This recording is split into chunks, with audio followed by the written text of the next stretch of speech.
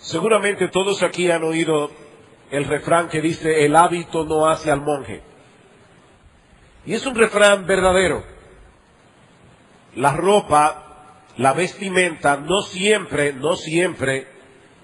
es una señal inequívoca del carácter de una persona. Sin embargo, alguien dijo, por otro lado, que aunque la ropa no hace al hombre, es parte de un proceso complejo de comunicación. Mis hermanos, querámoslo o no, la ropa comunica algo. Y a veces debemos admitir que nosotros sacamos conclusiones equivocadas, apresuradas, en base a la ropa. Pero eso es una realidad. Por eso es que el mundo usa códigos de vestimenta, dependiendo de las circunstancias, dependiendo de la actividad en la que nosotros vamos a estar envueltos. Hay ropa formal, ropa semiformal, ropa casual.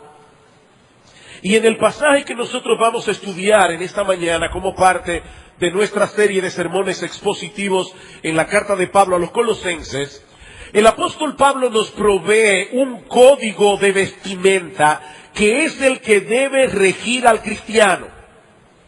Solo que este código no consiste en un estilo de ropa en particular, sino más bien en el desarrollo de un carácter.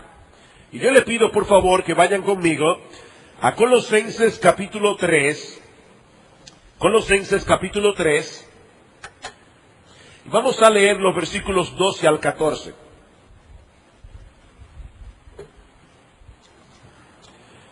Dice así la palabra de Dios: vestíos pues como escogidos de Dios, santos y amados, de entrañable misericordia, de benignidad, de humildad, de mansedumbre, de paciencia, soportándoos unos a otros y perdonándoos unos a otros, si alguno tuviere queja contra otro, de la manera que Cristo os perdonó, así también hacedlo vosotros, y sobre todas estas cosas, vestíos de amor, que es el vínculo perfecto.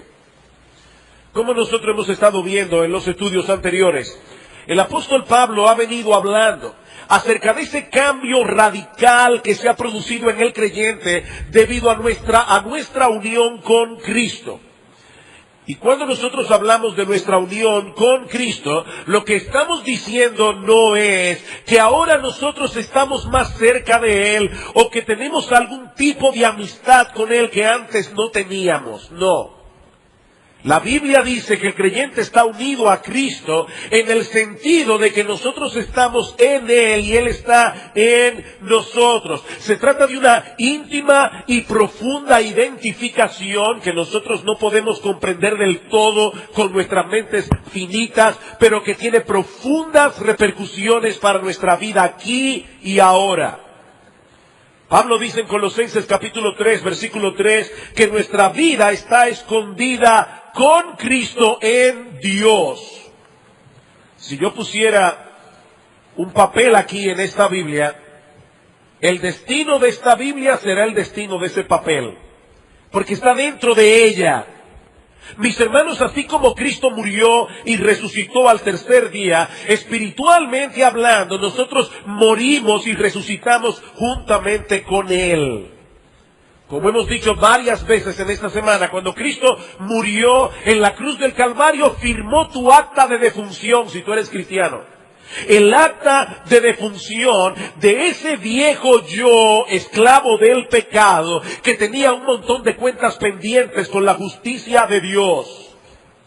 Y de la misma manera, cuando Él resucitó de la tumba al tercer día, nosotros resucitamos juntamente con Él para comenzar a vivir una vida nueva. Michael Horton lo dice de esta manera en un libro titulado Una vida motivada por el Evangelio. Él dice: Dios no viene a nosotros a mejorar nuestras vidas, viene a acabar con ella. No vino a transformar al viejo Adán, sino a matarlo. Y a resucitarnos juntamente con Cristo para andar en novedad de vida. Es por eso que ahora no solo podemos luchar eficazmente contra los pecados que caracterizaban nuestra antigua vida, sino que también podemos cultivar las virtudes que deben caracterizar la nueva.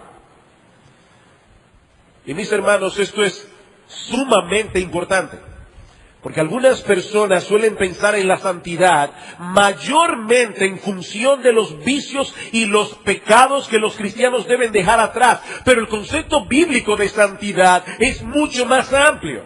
Incluye el abandono radical de ciertas cosas, pero incluye también el desarrollo de un carácter semejante al del Señor Jesucristo, como veremos en la mañana de hoy. Ahora, lo primero que hace Pablo en este texto, antes de llegar al tema de esas virtudes que nosotros debemos desarrollar, lo primero que hace Pablo en el texto es volver una vez más sobre el tema de nuestra nueva identidad en Cristo. Vean una vez más el versículo 12. Vestíos pues como escogidos de Dios, santos y amados. Pablo quiere que estos cristianos comprendan los enormes privilegios que Dios les ha concedido de pura gracia. Ahora, no para que nosotros nos gloriemos en esos privilegios, no es para que nosotros vayamos por el mundo pensando nosotros fuimos los escogidos de Dios. Esa no es la idea. Pablo quiere más bien que estos cristianos de Colosas y todos nosotros que estamos aquí hoy, 2000 años después, que hemos creído en Cristo, vivamos a la altura de nuestros privilegios. Por eso alguien dijo que la moralidad bíblica no consiste en llegar a tener lo que ahora no tenemos. Mansedumbre, humildad, paciencia, benignidad. Dicen no, la verdadera moralidad bíblica consiste en ser cada vez más coherentes con lo que ahora somos. No es llegar a tener lo que todavía no tenemos, es llegar a ser cada vez más coherentes con nuestra nueva identidad. Hay algo que Dios ha hecho por nosotros y en nosotros, y es en base a esa obra de Dios que nosotros ahora podemos obrar. Es por eso que Pablo comienza el capítulo 3, que ya vimos hace unas semanas atrás, haciéndonos ver lo que ya sucedió con nosotros y somos cristianos, para entonces entrar a considerar la lista de pecados que nosotros debemos quitarnos de encima, la lista de hábitos pecaminosos que nosotros debemos dejar atrás. Y eso es exactamente lo que Pablo está haciendo aquí. Vestíos pues como escogidos de Dios. Antes de decirnos, debemos ser mansos, humildes, pacientes, Pablo dice, piensen por un momento quiénes ustedes son. Ustedes son los escogidos de Dios. Sí hubo un momento en nuestras vidas en que nosotros nos rendimos al señorío de Cristo. Hubo un momento en nuestras vidas en que nosotros nos entregamos por entero a Él. Pero la verdad es, mis amados hermanos, que no fuimos nosotros los que escogimos a Dios. La Biblia enseña claramente que nuestra elección no es más que una consecuencia de la suya. Por eso Pablo dice en Efesios capítulo 1, versículo 3, bendito el Dios y Padre de nuestro Señor Jesucristo, que nos bendijo con toda bendición espiritual en los lugares celestiales en Cristo, según nos escogió en Él antes de la fundación del mundo, para que fuésemos santos y sin mancha. No fue que Dios vio en la eternidad quienes iban a creer y en base a eso nos escogió para salvación. No, mis hermanos, lo que Pablo está diciendo aquí es que antes de la fundación del mundo y por el puro afecto de su voluntad, soberanamente Dios nos escogió. Como dice en el versículo 5, el puro afecto de su voluntad. La elección de Dios no es medalaganaria. La elección de Dios no es caprichosa. Hay una razón por la cual Dios nos escogió. Pero mis hermanos, esa razón no está en ti ni está en mí. Está solamente en Él. Y Él no la ha revelado. ¿Por qué a ti y no al otro? Yo no lo sé. Fue por el puro afecto de su voluntad. Nuestro Dios decidió soberanamente escogernos. En 2 Timoteo, capítulo 1, versículo 9. Escuchen cómo lo dice el apóstol Pablo. Y este es uno de los textos más poderosos de la Biblia con respecto a la elección soberana de Dios. Dice Pablo allí a Timoteo: no te avergüences, versículo 8, de dar testimonio de nuestro Señor, ni de mí, preso suyo, sino participa de las aflicciones por el Evangelio, según el poder de Dios, quien nos salvó y llamó con llamamiento santo, no conforme a nuestras obras, sino según el propósito suyo y la gracia que nos fue dada en Cristo Jesús antes de los tiempos de los siglos. Mis hermanos, antes de que todas las cosas vinieran a la existencia, ya Dios había decidido hacernos partícipes de su gracia salvadora. Y todo eso por una razón que está en Él, no en nosotros. Como dijo en cierta ocasión William Temple, refiriéndose a la salvación, dice: todo es de Dios. Lo único que hay de mi parte, con lo cual contribuyo a la redención, es el pecado del cual necesito ser redimido. Eso fue lo único con lo que tú y yo contribuimos a nuestra redención, el pecado del cual tuvimos que ser redimidos. Dios sabía que nosotros pecaríamos contra Él. Dios sabía de antemano que nosotros íbamos a aborrecerle a Él, pero aún así decidió escogernos para transformarnos. Por eso Pablo continúa diciendo a estos creyentes en Colosas, en el versículo 12, que nosotros somos santos y amados. Escogidos, santos y amados. He ahí el propósito y la motivación de Dios al elegirnos. ¿Para qué nos escogió Dios? ¿Para que vayamos por el mundo pavoneándonos como si nosotros perteneciéramos a una casta especial? No. Dios nos escogió para que seamos santos, para que seamos separados para Él. La gracia de Dios se ha manifestado, dice Pablo en Tito capítulo 2, versículo 12, enseñándonos que renunciando a la impiedad y a los deseos mundanos, vivamos en este siglo sobria, justa y piadosamente. Hay el propósito de la elección. ¿Y por qué nos escogió Dios? Simplemente porque nos amó con un amor eterno e incondicional, no por lo que éramos, sino a pesar de lo que éramos. ¿Qué dice Pablo en Romanos capítulo 5, versículo 8? Mas Dios muestra su amor para con nosotros en que siendo pecadores, Cristo murió por nosotros. Ahora bien, todo esto no es más que un preámbulo. El preámbulo de Pablo para seguir diciéndonos en el pasaje cómo nosotros deberíamos vivir a la luz de esos privilegios. ¿Cómo nosotros deberíamos vivir ahora? ¿Cuál es el código de vestimenta que corresponde con esa identidad? Bueno, eso es lo que Pablo pasa a explicar en el resto del pasaje. Versículo 12. Vestíos pues como escogidos de Dios, santos y amados de entrañable misericordia, de benignidad, de humildad, de mansedumbre, de paciencia. Yo estoy seguro que una de las primeras cosas que todos aquí hacemos cada mañana es elegir la ropa que nos vamos a poner ese día. Y por supuesto esta elección va a depender de varios factores. ¿Qué pensamos hacer? ¿Con quién nos vamos a reunir? ¿Cuáles son las actividades dominantes del día? Pues mi hermano, si tú eres cristiano, esta es la vestimenta que tú debes ponerte cada día. Ahora recuerda que ahora tú tienes una nueva capacidad que antes tú no tenías para vivir a la altura de tu vocación como cristiano.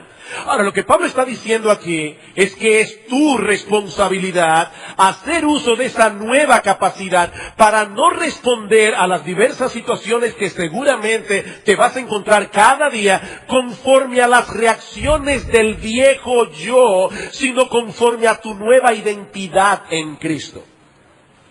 Esa es tu responsabilidad si tú eres cristiano, esa es mi responsabilidad. Por eso Pablo nos dice, vestíos pues como escogidos de Dios. ¿Y cuáles son las piezas de ropa que nosotros debemos usar antes de salir de casa? O si quieren ponerlo todavía más dramático, antes de levantarte de tu cama. ¿Cuál es el código de vestimenta? Bueno, en primer lugar, tú debes vestirte de entrañable misericordia. De entrañable misericordia, una misericordia que brota de las entrañas. No se trata simplemente de una fría involucración con personas que están en necesidad, no, se trata de una misericordia entrañable. Es una simpatía con el que sufre que mueve nuestras entrañas y nos motiva a la acción. Ahora, mis hermanos, déjenme decirles algo. Esto no es fácil. Esto no es fácil. En todos nosotros hay una tendencia a quitar la vista de las personas en necesidad. Este no es un cuadro agradable. Aparte de que la mayoría de nosotros tiene la tendencia a colocar nuestras necesidades por encima de las de todo el mundo. Nuestro problema siempre es mayor. Lo natural no es que seamos misericordiosos. Mis hermanos, lo natural es que nosotros seamos egocéntricos. ¿Cómo podemos luchar contra esa tendencia del corazón de tal manera que nosotros podamos vencer la indiferencia y vestirnos de misericordia? ¿Saben cuál es la respuesta? La misma que hemos estado dando una y otra vez en esta serie de Colosenses. La respuesta es el Evangelio. El Evangelio. Dios tuvo misericordia de nosotros cuando éramos miserables pecadores y nos amó cuando no teníamos nada en nosotros mismos que nos hiciera atractivos, cuando no teníamos nada en nosotros mismos que nos hiciera digno de su amor. La pregunta es, ¿acaso no deberíamos nosotros tratar a los demás con la misma misericordia con la que fuimos tratados? Dios nos vio en necesidad y en vez de quitar la vista, nos amó y se involucró. Y este es un punto muy importante. ¿Tú quieres ser misericordioso? Abre los ojos. La Biblia habla del ojo misericordioso. Porque muchas veces la misericordia comienza con la vista. Abre los ojos, mi hermano, porque a nuestro alrededor hay mucha gente en necesidad. Contempla esa necesidad a la luz del Evangelio, a la luz de lo que Dios hizo por ti en Cristo cuando estabas sumido en tu miseria, y pídele constantemente en oración que tú puedas imitarle. Vístete de entrañable misericordia. En segundo lugar, Pablo dice que debemos vestirnos de benignidad. Y esa palabra está muy relacionada con la anterior, pero no son sinónimas. La benignidad es lo contrario a la malicia. Si recuerdan, hace unos domingos atrás, cuando estudiamos el versículo 8, vimos que la malicia es uno de esos rasgos de carácter del cual nosotros debemos desvestirnos. Pero la idea no es que nos quedemos desvestidos de malicia, es que nos vistamos de benignidad. ¿Y qué es la benignidad? Es esa buena disposición del corazón que nos lleva a procurar lo bueno para nuestro prójimo. El hombre bondadoso es aquel que disfruta viendo el bienestar de los demás y que aún está dispuesto a sacrificar sus intereses personales para que ese fin sea cumplido. Vayamos por un momento a Hebreos capítulo 12. Hebreos capítulo 12, por supuesto, en toda la Biblia no vamos a encontrar un mejor ejemplo de benignidad que el de nuestro Señor Jesucristo. ¿Y qué dice la Biblia acerca de Cristo aquí? Por tanto, versículo 1, nosotros también, teniendo en derredor nuestro tan grande nube de testigos, despojémonos de todo peso y del pecado que nos asedia, y corramos con paciencia la carrera que tenemos por delante, puestos los ojos en Jesús, el autor y consumador de la fe. Y ahora escuchen. El cual por el gozo puesto delante de él sufrió la cruz, menospreciando el oprobio, y se sentó a la diestra del trono de Dios. Mis hermanos, permítanme hacerles una pregunta. ¿Cuál fue el gozo que Cristo puso delante de él, que le permitió sufrir la cruz, aún sabiendo el dolor que la cruz significaría para él? ¿Saben cuál fue el gozo? Tu salvación y la mía. Eso es increíble. Por eso alguien decía que cuando Cristo iba camino al Calvario, en un hombro llevaba la cruz y en el otro hombro llevaba el libro de la vida, en el cual estaban escritos todos los nombres de aquellos seres humanos, aquellos individuos por quienes él iba a morir. Y si tú eres cristiano, mi amado hermano, tu nombre estaba escrito allí. Cristo puso ese gozo delante de él, y por ese gozo sufrió la cruz. En tercer lugar, debemos vestirnos de humildad, y esta sí que es difícil. Debemos vestirnos de humildad. Hay muchas concepciones equivocadas acerca de la humildad. Hay personas que piensan que ser humilde es pasar por la vida diciendo cosas muy malas acerca de nosotros mismos, hablando cosas bajas de nosotros mismos. C.S. Lewis decía, tú vas a ver cuando conociste a un hombre verdaderamente humilde, no porque dice cosas bajas de sí mismo, sino porque no habla tanto de sí mismo. No habla tanto de sí mismo. Hasta en el hablar cosas bajas de nosotros mismos, muchas veces hay orgullo allí. Yo soy transparente. No, el punto del humilde es que él no vive centrado en sí mismo. Ese no es su tema. La humildad es esa actitud de la mente que nos lleva a vernos tal cual somos, pecadores salvados por la gracia de Dios en Cristo. No se trata simplemente de el individuo que piensa que no puede hacer nada bien. Ese es otro concepto equivocado de la humildad. Tú puedes involucrarte en tal cosa, no, yo no sirvo para nada. No, esa no es la idea bíblica de humildad. El hombre humilde es aquel que sabe que todo lo que es y todo lo que tiene, con lo cual pueda bendecir al pueblo de Dios y servir a la expansión del reino de Dios, le ha sido otorgado de pura gracia. Eso es humildad. Por eso Pablo dice en 1 Corintios capítulo 15, versículo 10, por la gracia de Dios yo soy lo que soy, y su gracia no ha sido en vano para conmigo. Pablo dice, esa gracia de Dios en mí ha hecho muchas cosas, pero es la gracia de Dios en mí. Lo contrario de la humildad es el orgullo y el egocentrismo. El hombre orgulloso no solo es aquel que se cree superior a los demás, sino también aquel que piensa que todo el mundo debe girar en torno a su persona. Mis intereses, mis dificultades, mis problemas, mis deseos. Yo no sé cuántos de ustedes han leído uno de los libros más geniales de C.S. Lewis, Cartas del Diablo a su sobrino. Es un diablo más experimentado, dándole consejos a un demonio con menos experiencia de cómo tentar eficazmente a los cristianos. Si usted no lo ha leído, les recomiendo que lo lea. Aparte de todo, es muy fácil de leer y está en español. En este libro, escuchen lo que dice Lewis en el prólogo acerca del infierno.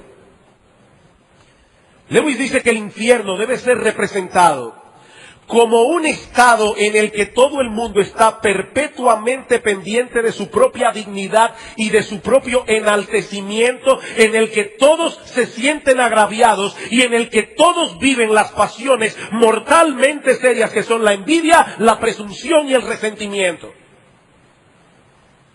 Y claro, el infierno es un lugar eterno, es un lugar de eterno castigo. Pero ¿saben qué, mis amados hermanos? Las personas que no son humildes ya viven parte del infierno aquí. Porque pasan por la vida esperando que todo el mundo viva en función de ellos. Y una persona que viva así, inevitablemente va a llenar su corazón de amargura, va a llenar su corazón de envidia. ¿Por qué aquel tiene lo que yo no tengo si yo soy mejor que él? Va a llenar su corazón de resentimiento. Eso es vivir el infierno en vida. Pero los ciudadanos del cielo son radicalmente distintos. Ellos maximizan a los otros porque minimizan el yo. He ahí la clave. Ellos maximizan a los otros porque minimizan el yo. El problema del orgulloso es exactamente al revés. Él minimiza la importancia de los otros porque él maximiza su yo. ¿Tú quieres crecer en el camino de la humildad? Mi hermano, mi hermana, mira a Cristo. Mira a Cristo. Filipenses capítulo 2, versículo 5. Haya pues en vosotros este sentir. Y la palabra allí puede ser traducida, esta forma de pensar que hubo también en Cristo Jesús, el cual siendo en forma de Dios, no estimó el ser igual a Dios como cosa que aferrarse, sino que se despojó a sí mismo, se hizo hombre, se hizo siervo, haciéndose obediente hasta la muerte y muerte de cruz. Mis hermanos, Dios toma tan en serio este asunto de la humildad, que Él dice en su palabra, que Él resiste a los soberbios. ¿Tú quieres mantener a Dios alejado de tu vida? Cultiva el orgullo. Cultiva una vida centrada en ti, porque Dios resiste a los soberbios. Ahora, ¿tú quieres tener a Dios cerca de ti? Dice la Biblia que Él da gracia a los humildes. Él da gracia a los humildes. Debemos vestirnos de misericordia, debemos vestirnos de benignidad, debemos vestirnos de humildad, debemos vestirnos de mansedumbre. Y esa es otra de esas virtudes cristianas que es muy mal entendida en el mundo de hoy. Cuando las personas piensan en alguien manso, lo visualizan como una persona débil, sin capacidad de decisión, sin convicciones personales que defender, pero nada puede estar más lejos de la realidad. De Moisés dice la Biblia que era el hombre más manso de la tierra. ¿Y acaso podemos encontrar en el Antiguo Testamento un ejemplo más claro de coraje y decisión que el ejemplo de Moisés? No solo se opuso a la ira de Faraón, porque sabía que Dios estaba con él, sino que durante 40 años tuvo que guiar por el desierto a un pueblo rebelde y duro de corazón.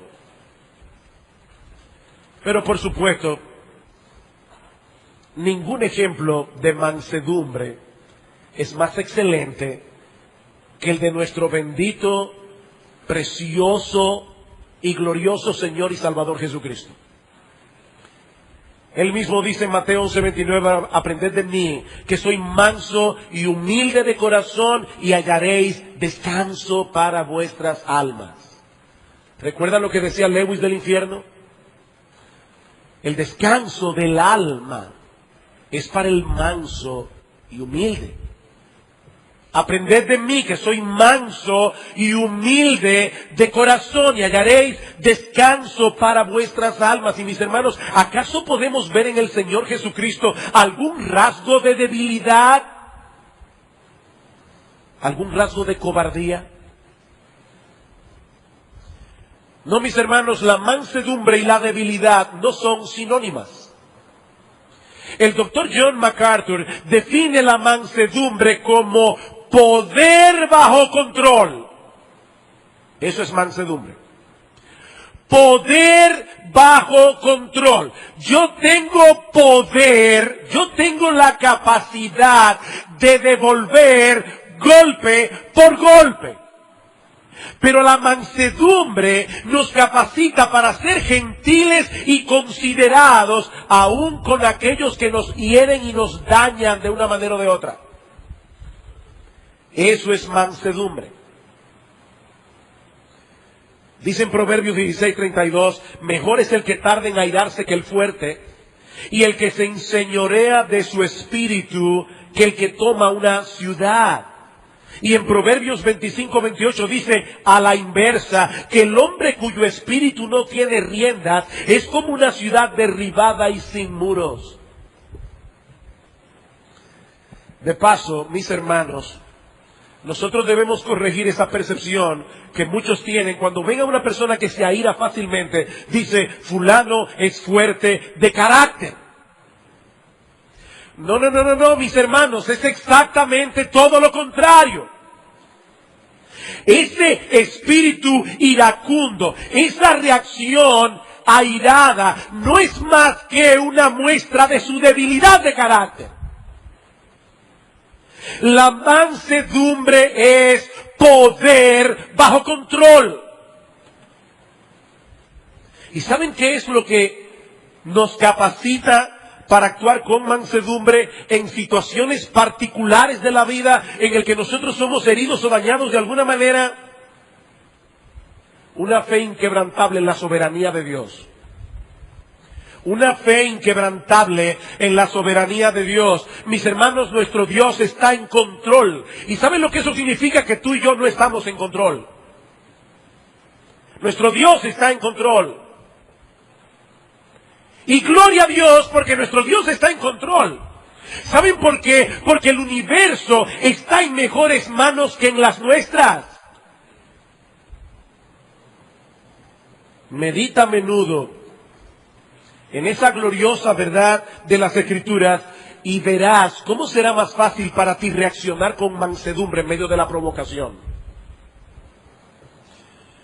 Debemos vestirnos de misericordia, de benignidad, de humildad, de mansedumbre, pero Pablo continúa diciendo que debemos vestirnos de paciencia. Paciencia. Y esa palabra puede ser traducida como capacidad de aguante. Transmite la idea de una persona que rehúsa dejarse controlar por la ira o por el deseo de venganza, sin importar cuánto sea provocado ni por cuánto tiempo. Y ya yo me imagino a algunos diciendo, bueno, pastor, eso sí es difícil. Porque yo aguanto, pero hasta un punto. ¿Te parece difícil? Déjame hacerte una pregunta. ¿Cuántas veces y por cuánto tiempo tú provocaste la ira de Dios cuando eras inconverso y Dios tuvo paciencia de ti? Pero déjame hacerlo de otra manera.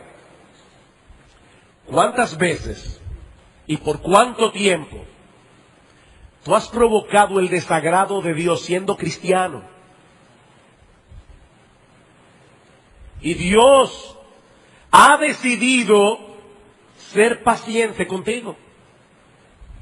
Dios ha decidido no quitarnos lo que ya nos dio de pura gracia, sino continuar trabajando en nuestras vidas para completar esa obra que Él inició de gracia. He ahí, mis hermanos, las virtudes que deben manifestarse en nuestras vidas ahora que somos cristianos. Ahora yo me pregunto, ¿qué sucedería en nuestras relaciones personales si todos en la iglesia tomáramos en serio este código de vestimenta? ¿O qué sucedería en nuestros matrimonios? Hermanos y hermanas y hermanos casados, ¿Qué sucedería en nuestros matrimonios si todos los días nos vistiéramos de mansedumbre, de entrañable misericordia, de benignidad, de humildad, de paciencia? Déjame darte un consejo. Copia este pasaje y colócalo en el espejo de tu botiquín en el baño, para que cuando te estés afeitando si eres hombre o cuando te estés maquillando si eres mujer, preparándote para salir de la casa, no salgas desnudo.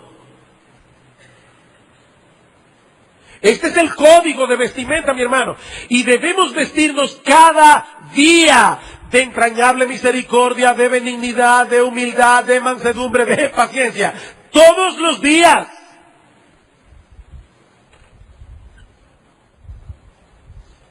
¿Cómo serían nuestros matrimonios? ¿Cómo sería nuestra iglesia?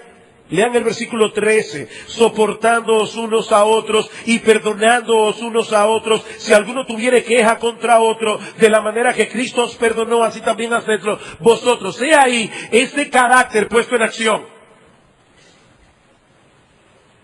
Hace unas semanas atrás, cuando estábamos considerando los versículos 9 y 10, nosotros decíamos que el Señor se hizo hombre y luego murió en una cruz, no para que un grupo de individuos pudieran ser salvos y pudieran cada uno ir al cielo por su lado, sino para formar una nueva humanidad, una nueva comunidad de personas, la iglesia, una comunidad que ahora pudiera reflejar en una medida cada vez más creciente el verdadero carácter de Dios. Por eso es que Pablo dice en el versículo 11 que en esta nueva comunidad no hay griego ni judío, circuncisión ni circuncisión, bárbaro ni escita, siervo ni libre, sino que Cristo es el todo y en todos. Todas las barreras que la sociedad se ha encargado de construir para separar a los hombres entre sí fueron derribadas por el cristianismo.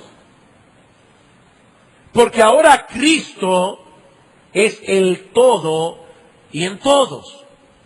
Tu identidad primaria ahora no es rico o pobre. Tu identidad primaria no es educado o no educado. Tu identidad primaria no es blanco o negro. Tu identidad primaria no es dominicano, chino, alemán, francés, puertorriqueño. Tu identidad primaria es cristiano.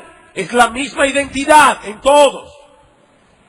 Cristo es el todo en todos.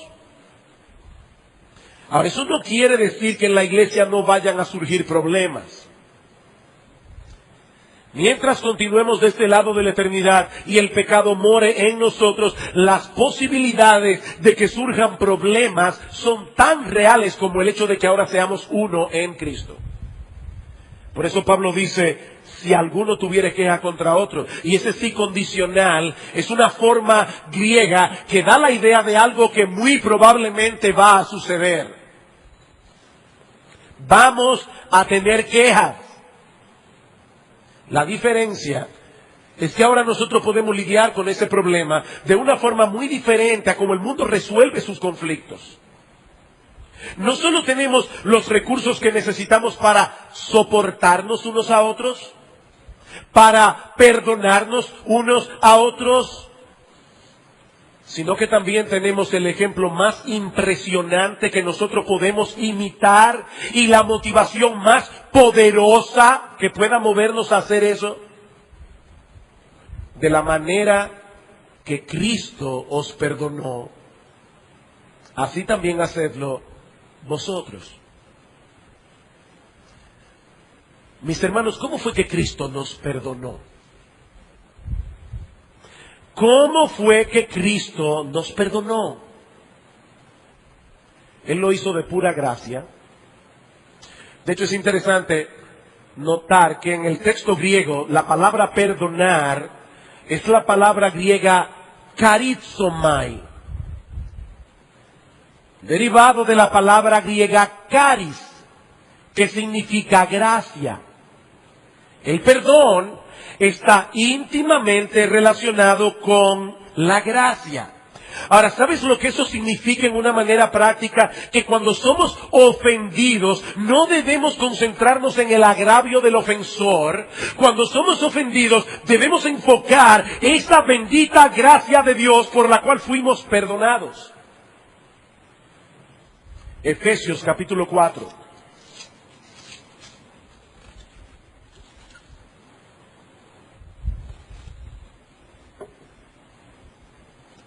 Versículo 31. Quítense de vosotros toda amargura, enojo, ira, gritería y maledicencia y toda malicia. Quítense eso de vosotros.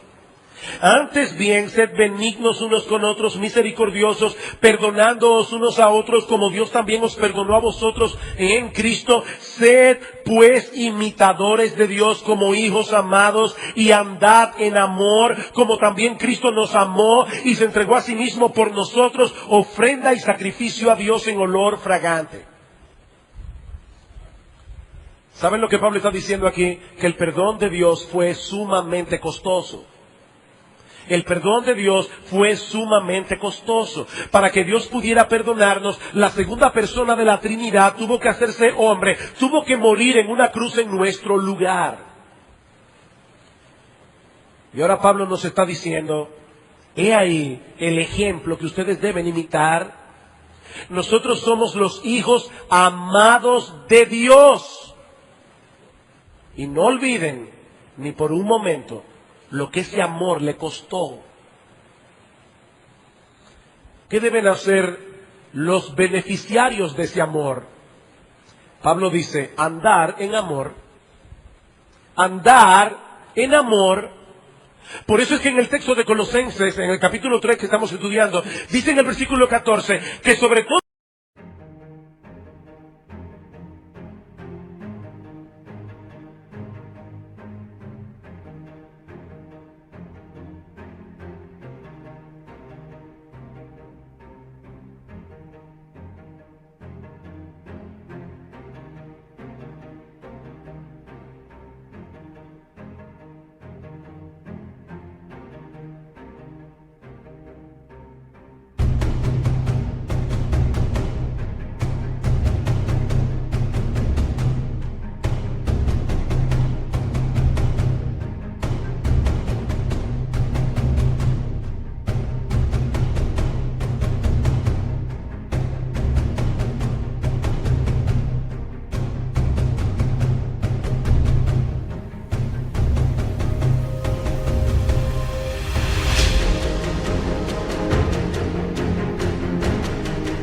esas virtudes que él ha mencionado, vestidos de amor, que es el vínculo perfecto.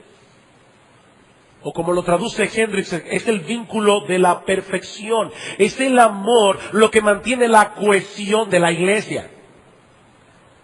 Porque es el amor lo que hace posible que seamos misericordiosos, benignos, humildes, mansos, pacientes. En otras palabras, es el amor lo que nos hace cada vez más semejantes a nuestro Señor Jesucristo. Porque ¿saben qué, mis amados hermanos? A final de cuentas, es de eso que se trata todo esto.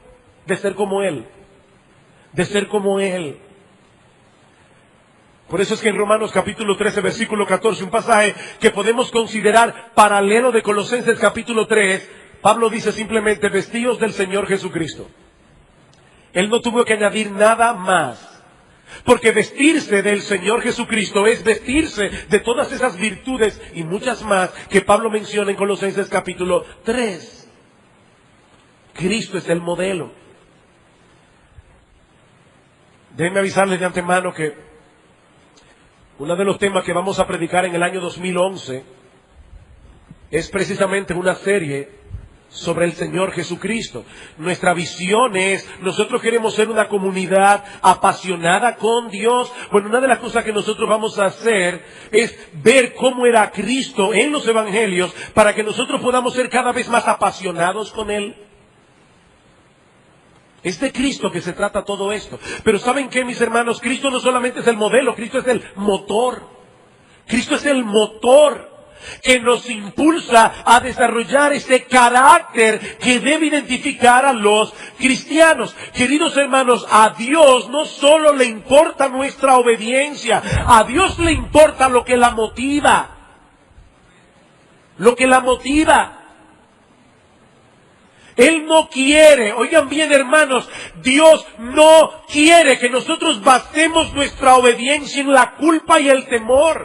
La culpa solo tiene la función de llevarnos a Cristo en arrepentimiento. Dios no quiere que nosotros basemos la obediencia en la culpa y el temor, porque la culpa no motiva. Dios quiere que nosotros basemos la obediencia en el gozo que produce el Evangelio. Que nosotros basemos la obediencia en el gozo de saber lo que ya Cristo hizo a nuestro favor hace 2000 años en la cruz del Calvario.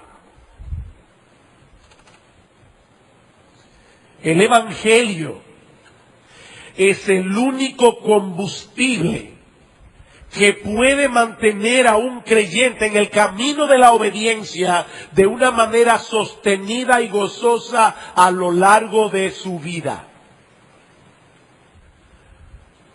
Por eso Michael Horton dice en ese libro que citamos hace un rato, que la vida cristiana es como un bote de velas con el más sofisticado sistema satelital de navegación.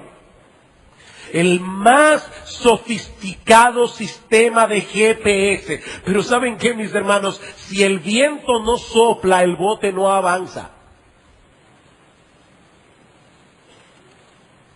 ¿Saben cuál es el sistema satelital del creyente?